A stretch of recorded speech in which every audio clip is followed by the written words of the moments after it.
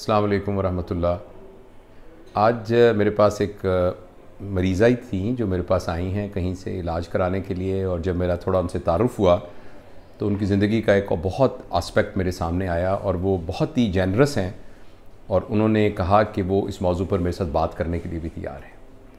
इनका नाम है कमल और जी चीचावतनी में ये रहती हैं। और इन्होंने ये बताया, जब उन्होंने गुफ्तगू की तो मुझे महसूस हुआ, इन्होंने मास्क लिया हुआ था तो मैंने महसूस किया कि इनकी आवाज़ थोड़ी सी भारी है। मैंने कहा शायद कोई गला ख़राब होगा, तो इन्होंने कहा कि मैं ख्वाजा सरा हूँ और मुझे कुछ प्रॉब्लम है जिसके लिए वो सर्जिकल प्रॉब्लम था मेरे लिए, ये आई वहाँ से।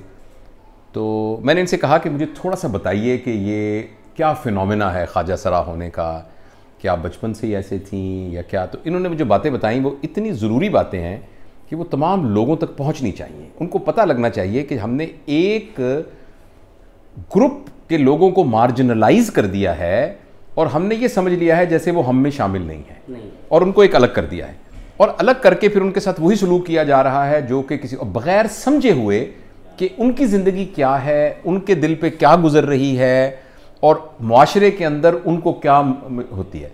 तो बहुत बहुत शुक्रिया एक तो आपका कि आपने मुझे इजाज़त दी कि मैं कर लूँ। नहीं, कोई बात नहीं है। अच्छा, मैं सिर्फ पहले तो आपसे ये समझना चाहता हूँ, और मुझे उम्मीद है जिस बात को आप ना जवाब देना चाहें बेशक आप ना दीजिएगा। ठीक है, बात वो क्लियर करनी। और हमारी बात का जो नियत यही है कि हम किसी तरीके से अल्लाह की रज़ा के लिए लोगों को ये बता सकें कि ये असल में ख्वाजा सरा क्यों होते हैं, कैसे होते हैं।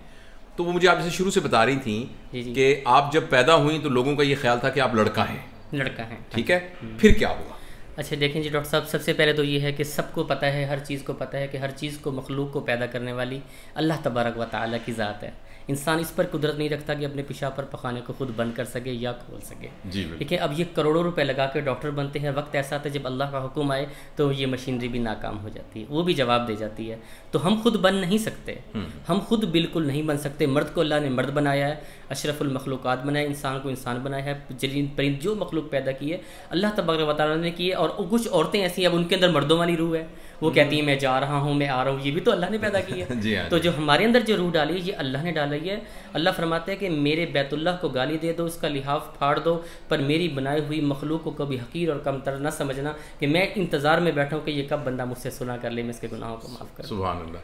तो ये कह रही हैं कि जब ये पैदा हुई तो बच्चों का बचपन से होता है, यानी कि ये जनाना है, ये लड़कियों के साथ खेलना, लड़कियों वाली इंटरेस्ट करना, घरों में दुपट्टे पहनने, तो ये बचपन से फीलिंग आ जाती है। अब ये मर्द हो तो मर्द कौन दुपट्टे पहनता है? मर्द तो बिल्कुल नहीं पहनता। ये फीलिंग है ना, अंदर की रूह है ना। अब आपका दिल करेगा मेरा सूट अच्छा हो, मेरी वास्कट अच्छी हो, मेरा टू पीस अच्छा हो, मैंने वहाँ जाना है, मैं एक डॉक्टर हूँ, मेरी ये पर्सनैलिटी हो, तो हम कहते हैं हमारी ये पर्सनैलिटी, हमारा बाया। जो मुझे समझ में आया वो ये है कि ये कह रही हैं कि जब हम ये पैदा होते हैं तो हमारे अंदर रूह जो थी वो लड़कियों वाली, लिहाजा वो एक छोटी बच्चे को भी जो बज़ाहिर देखने में लड़का था तो उसको ये लगता है कि मैं लड़की हूँ, लिहाजा उसको लड़की वाली बातें पसंद आती हैं, उसको शर्माना पसंद आता है और उसको उसी तरीके से बात करनी, मूव करनी, लग रही हूँ, मैं यूं कर रही हूँ, यूं कर रही हूँ, माँ कहती है मेरा बेटा है, वो कहती है नहीं मैं लड़की हूँ, तो उसको मारते हैं, वो फिर भी बाज नहीं आते, रूह ही अंदर है। मगर ये उसके अंदर ये नहीं है कि उसको किसी ने सिखाया है, उसके अंदर मिजाज ही ऐसा। नहीं। अच्छा, फिर उन्होंने ये मुझे ये बताया कि फिर जब ये बड़े हुए तो फिर वो एक जो पूरी कम्युनिटी है ख्वाजा सरा की, अपने गुरुओं के हाथ से लग जाते हैं, उनके कोई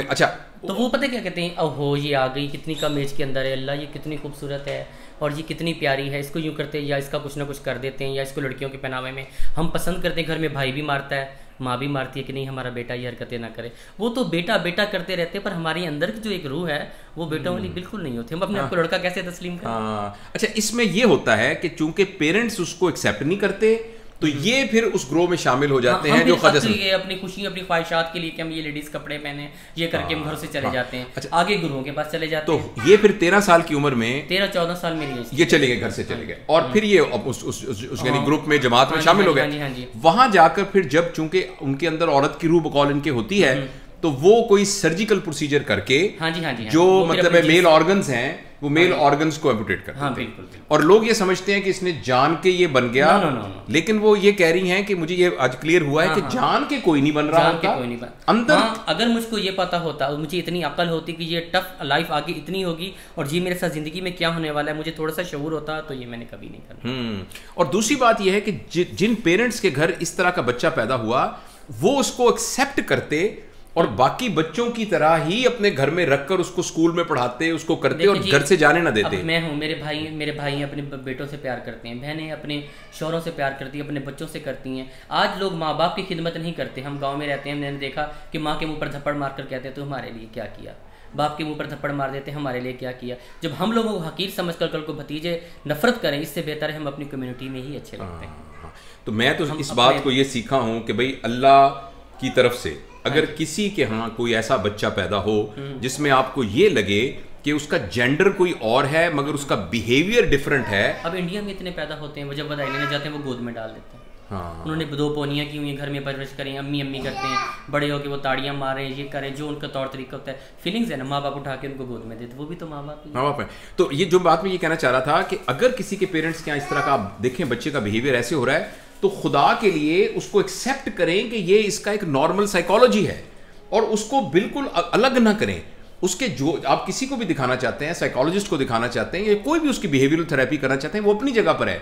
लेकिन इन्होंने मुझे ये बात आज सिखाई है कि अगर आप उसको इस तरह का माहौल दे देंगे कि जिसमें उसको घर के जाने से मजबूर होकर घर से बाहर निकलना पड़ा, भाई ने कह देना देखो खुसरो की तरह हरकतें करता है, ये हमारे लिए बेइज्जती का समय है, तो वो इन दुखों से तंग आके कहते हैं अगर हम इनके लिए इतनी नफरत रखते हैं तो हम अपनी दुनिया में ही चले जाए। ये तो मैं बार बार अच्छा, अब ये बताइए कि जब आप उसमें कम्युनिटी में चले गए, वहाँ लाइफ कैसी होती है? लाइफ थी पहले नाचने की थी, तो प्रोग्राम वगैरह, ये सर्कस तमाशे वगैरह, तो ये देखते देखते तो मुझे लोगों से कुछ खौफ आता था। मेरी शुरू से ऐसी ज़िंदगी है कि मैंने मर्दों को इस तरह लाइक करना ज़्यादा पसंद नहीं किया। ठीक है, मर्दों में खुश होकर बैठना, कोई ड्रिंक करना या ये शराबें सिगरेटें पीना, तो फिर मैंने करते करते हमारी गुरु होते हैं जो घर में जाके बधाइयाँ लेती हैं, लेकिन उनका फिर विरासत होती है, तो फिर वो मुझे गद्दी नशीन हूँ। अब इस टाइम अल्हम्दुलिल्लाह 300 में गाँव हैं जिनकी उनकी हमारी ज़िंदगी का गंदम की कटाई का सब बसर है। हाजी साहब के अलावा कोई बात नहीं करता। ठीक है, नमाज में मस्जिद के अंदर जाके जुमा पढ़ती हूँ। मेरे घर में औरतें आती हैं, मर्द का आना अलाउ ही नहीं। ठीक है, अंदर नहीं, अब जाके ऐसे हुआ है, जब स्टार्ट हुई थी उस टाइम नहीं। लेकिन ये कि चूंकि आपके अपने मिजाज के अंदर ये सब कुछ था, तो अब आपने ये किया कि आप दीन की तरफ मुतवज्जो हुई। दीन की, अब मैं माशाल्लाह बहुत बड़े बड़े मिलाद पढ़ती हूँ, बहुत ज़्यादा अक्सरियत के साथ, और मतलब उलमा कराम की तरफ में तमाम वो करती हूँ, और बहुत बड़ी बड़ी महफिल मदारिस में मेरा मेन बयानात होते हैं। तो ना मैंने नील पॉलिश लगानी है, ना मैंने कॉस्मेटिक्स यूज़ करनी है, ना मैंने कोई किसी से 10 रुपये की लालच रखनी कि ये मर्द मुझे 10 रुपये भी दे दे। नहीं, एक जो करने अपनी पॉकेट से करनी है, और उनका भला हो जो गुरु दे कर गई और उनकी आज गद्दी को लेकर बैठे। बड़ा अच्छा, ये बताएं कि अब कोई पैगाम दें आप। पैगाम ये है जो खासतौर पे उन लोगों को दें जिनके यहाँ बच्चे इस तरह के पैदा हो। देखें जी, हर मखलूक को पैदा करने वाली अल्लाह की ज़ात है। अगर आप अल्लाह की बनाई मखलूक से नफरत करेंगे, नफरत करता तो अल्लाह करता, अपनी मखलूक ऐसी पैदा ही ना करता। अगर हम इतने ही बुरे होते तो नबी के रोज़े पर हमारे जैसों की ड्यूटी होती। ये देखें अल्लाह ने मकाम क्या बनाया। अल्लाह फरमाते मेरी दुनिया, एक फ़ज़ाइल सदक़ात के हदीस है, एक औरत थी अपने बेटे के जनाजा लेके जा रही है, तो कोई इसके जनाजे को कंधा देने के लिए तैयार नहीं, तो उससे पूछा गया ये क्या है, फरमाया कि ये एक मुखन्नस था। ये फ़ज़ाइल सदक़ात की आखिर हदीस में आपको बता रही हूँ, ये एक हिजड़ा था। जब वो हिजड़े को इंतकाल कर दिया गया, कब्र में डाल दिया गया, जब रात को ख्वाब में किसी बुजुर्ग के फरमाया कि अल्लाह ने क्या अता किया, अल्लाह ने ये फरमाया कि मुझे अता किया कि सारी दुनिया तुझे हकीर और कमतर समझती रही, अगर मैं भी तुझे हकीर और कमतर समझता, मेरे में और लोगों में क्या फ़र्क होता। आज मैंने तुझको वो मकाम अता किया जो तेरी सोच में नहीं है, तख्त के ऊपर बैठे हुए सरों पर सोने के ताज।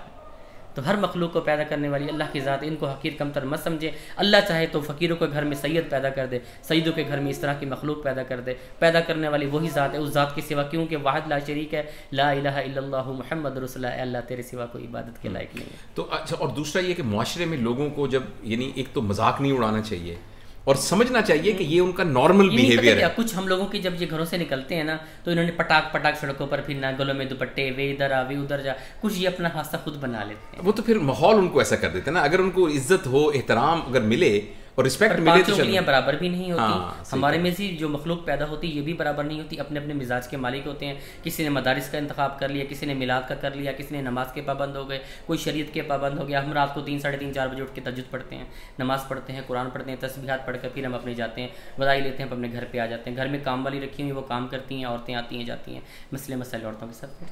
बहुत बहुत शुक्रिया, आपने बड़े अच्छे हमें बातें बताई। मुझे यकीन है कि ये बातें लोग सुनेंगे तो उनका ना मिसकॉन्सेप्ट गलत होगा। जब चौक पर एक बंदा जो है ना एक मेकअप करते हुए ऐसे करके आके वो मांग रहा होगा, तो उसके पीछे जो दर्द है और एक दुख है, जो एक पूरी कहानी है, पर वो उसकी वो बस में नहीं है ना। हाँ, ये मेकअप करना उसकी अपनी फीलिंग बस में नहीं। हाँ, उसकी अपनी रूह की। तो जो देखने वाला समझेगा कि ये कोई खुदा ना खास्ता यानी ये इस तरह का नहीं है कि इसके साथ कोई तहकीर अमेज रवैया रखा जाए। खानदान बड़े बड़े अमीरों के लोग हैं, हाँ, बड़े बड़े अमीरों के लोग हैं, बड़े बड़े जिनको अल्लाह ने ऐसी मखलूक पैदा की है। और कभी भी ये मखलूक कभी किसी के साहिल दरवाजे पर आ जाए, खुदाया कभी उससे नफरत मत करना, जो बनता है उनको दे दिया करें खुशी के, ताकि इनके दिल से आह ना निकले। इन लोगों से मोहब्बत कर लें, तो आज जब इन लोगों से मोहब्बत करेंगे अल्लाह आप लोगों को वो अता करेगा जो आपकी सोच में भी नहीं। क्यों? इस मखलूक को पैदा करने वाली भी अल्लाह की ज़ात। बहुत बहुत शुक्रिया, अल्लाह आपको सेहत भी दे और जल्दी से आप ठीक भी हो जाएं। हाँ जी, वो इंशाल्लाह। तो टांगों में दर्द हो गया, नहीं, बल्कि बुखार हो जाता है, कोई नहीं, ये मेरे जिम्मे है इंशाल्लाह, अल्लाह ताला करवा दें जरा। ओके, अल्लाह हाफिज़।